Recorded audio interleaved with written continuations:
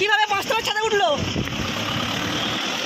বহুতল বিল্ডিং এর ছাদ থেকে পড়ে মর্মান্তিক মৃত্যু হলো এক ব্যক্তির। ঘটনাটি ঘটেছে হুগলির আরামবাগের বাসুদেবপুর মোড় সংলগ্ন এলাকায়। স্থানীয় সূত্রের খবর, এদিন শেয়ার মার্কেটের কোনো এক কোম্পানির কাজে এসেছিলেন ওই ব্যক্তি। আজ সন্ধ্যা 7টা নাগাদ ছাদ থেকে পড়ে দেহ রক্তাক্ত অবস্থায় পড়ে থাকতে দেখে স্থানীয় মানুষজন। হাত পা ও মাথায় প্রচণ্ডভাবে আঘাত লাগায় জ্ঞান হারিয়ে ফেলেন ওই ব্যক্তি। ঘটনাস্থলে এসে পৌঁছয় আরামবাগ থানার পুলিশ। ওই ব্যক্তিকে উদ্ধার করে আরামবাগ মেডিকেল কলেজ ও হাসপাতালে নিয়ে যায়। হাসপাতালের চিকিৎসকরা তাকে মৃত বলে ঘোষণা করে। জানা গেছে, মৃত ওই ব্যক্তির নাম মানস সিনহা, বাড়ি দমদমে। পুলিশ এখনো পর্যন্ত এই ঘটনায় দুজনকে আটক করেছে বলে জানা গেছে। এই বিষয়ে স্থানীয় মানুষজন কি জানালেন, ওনাদের কাছ থেকে শুনে নেব বিস্তারিত। 24 আওয়ার্স আরামবাগের রিপোর্ট। দাদা কিছু জানেন? দাদা কি ঘটেছিল? দাদা ও দাদা কি ঘটেছিল?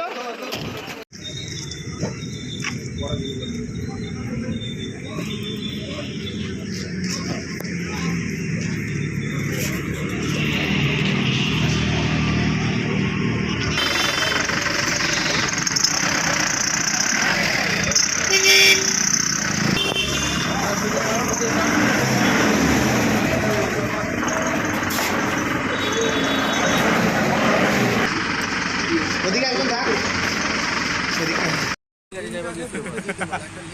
লাইভ করেছে ছোট্টিতে পাচ্ছে না।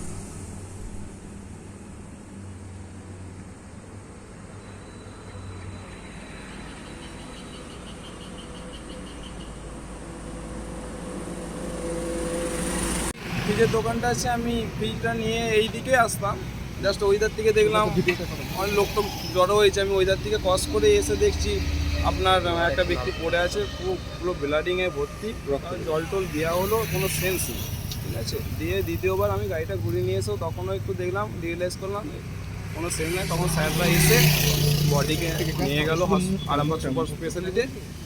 এই এতক্ষণে আসা হচ্ছে।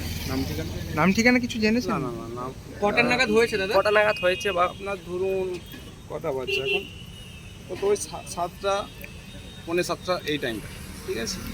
বয়স কত হবে? স্যাররা জানে, আমি নামটা বলতে পারছি না। বয়স আপনার ওই 47 এরকম কাছাকাছি। আর ওনার বাড়ি নাকি শুনছি দমদম সাইড। আচ্ছা, আর কিসের জন্য এসেছিলেন কিছু জানতে পেরেছেন? অত বলতে পারবো না দাদা। কোথা থেকে পড়লো? ওই আপনার এই বড় বিল্ডিংটা নিচ থেকে। ওটা কি বিল্ডিংটা কিসের কাজ? বিল্ডিংটা যতটুকু সম্ভব শোনা হয়েছে শেয়ার মার্কেট, ততটুকুই জানি। আপনার নাম? আপনার নাম? আমার নাম রাজা গাঙ্গুলি, বাড়ি মনসাতলা জেলেপাড়া। আমি এক চালক, টোটো চালক। টোটো নিয়ে যাচ্ছিলেন সেই সময়? ওনাকে কি হসপিটালে নিয়ে যাওয়া হ্যাঁ, হয়েছে? নিয়ে যাওয়া হয়েছে। 5-10 মিনিটের মধ্যেই স্যাররা এসে নিয়ে গেছে। উনি যখন এখানে পড়েছিলেন তখন কি কোনো রকম ভাবে মনে হয়েছিল বেঁচে আছেন উনি? না না না, মনে হচ্ছে না, কোনো সেন্স থাকে না। কোনো সেন্স ছিল না? দুটো পায়ে কোনো গড়িয়ে গেছে, কোমরও ব্লাডিং, নাক মুখ সব। তার কাছ থেকে বেশি আঘাত কোথায় লেগেছে দেখলেন? ব্রেনটে। মাথায় লেগেছে। কিছু কি পাওয়া গেছে তার কাছ থেকে? হ্যাঁ, ওনার মানি ব্যাগ, পার্টস, ওনার একটা। তা সত্ত্বেও দীর্ঘদিন ধরে যারা টাকা পায়, যারা এলএফএস বুকিং করেছে, তারা যখনই টাকাতে আসছে যে আমাদের টাকা আমাদেরকে ফেরত দিন, না খেয়ে না দিয়ে মানুষ যে টাকা জন্মেছিল কষ্ট করে, তারা যখনই টাকাতে আসছে তাদেরকে তুলে নিয়ে যেয়ে বন্দুক নিয়ে রিসর্টে যেয়ে চমকাচ্ছে। আজকে ঘটনাটা কি ঘটেছিল? আজকে ঘটনা, আমরা পার্টি অফিসে বসছিলাম, পার্টি অফিসে একজন খবর দিল যে এরকম ওপর থেকে বন্দুক দিয়ে চমকেছিল। ছেলেটা ভয়ে যে ছাদের উপর থেকে লাফ মেরে পড়ে গেছে। পড়ে গেছে বলতে বন্দুক দিয়ে চমকেছে, ছেলেটা ভয়ে যে ছাদে উঠে লাফ মেরে দিয়ে। কোথাকার ছাদে? এই যে আরামবাগে যে এলএফএস বুকিং বলে একটা চিটফান্ড, দীর্ঘদিন ধরে চিটফান্ড গজে উঠেছে, সেই এলএফএস বুকিং এর ছাদ থেকে পড়ে গেছে মানে ফেলে দিয়েছে ঠেলে। কি মনে হচ্ছে, এটা কি মার্ডার করার চক্রান্ত? আমার 100% মনে হচ্ছে এটা মার্ডার। আপনার নাম? আমার নাম শেখ মোহাম্মদ বেলাল, আমি আরামবাগ টাউন তৃণমূল কংগ্রেসের সহসভাপতি। আপনারা কি ব্যবস্থা নেবেন?